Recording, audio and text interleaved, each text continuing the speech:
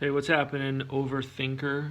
I wanted to make this quick video just because I have a Bismarck too, and I wanted to help you out. I saw your post and had some free time this morning, so you asked about your gun layouts and how they should go. So first of all, my Bismarck is in full retrofit. I made some upgrades over the summer, so hopefully I can battle next spring.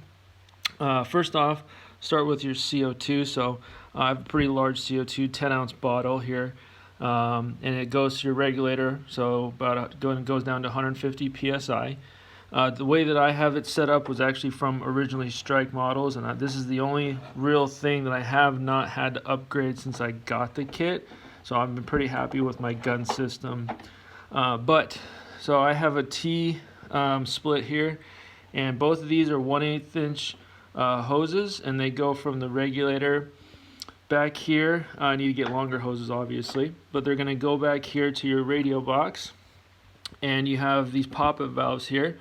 The way that it's set up is I have one hose directly goes into one pop-up valve, and then another one goes into the middle of these three pop-up valves, and then I have another split that goes to the other two guns. So I have two inlet sources for the 1/8 inch hose, and then two 16-inch nipples for the 16-inch hoses, which then go to these smaller ones over here to feed these two guns. So these inlets on the end of your pop-up valve are where the CO2 comes in.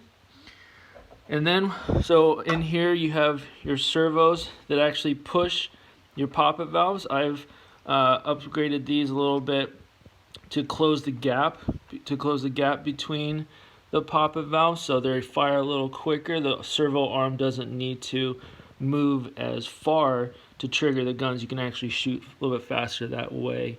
So, you hit the servo and it pushes this pop-up valve in.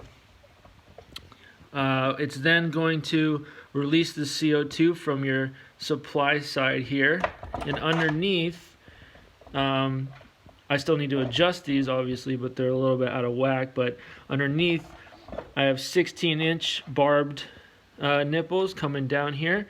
I don't know if they're called nipples, but they're barbed for the hoses, and these go to your gun. So I have 4 guns on here, 1, 2, 3, 4.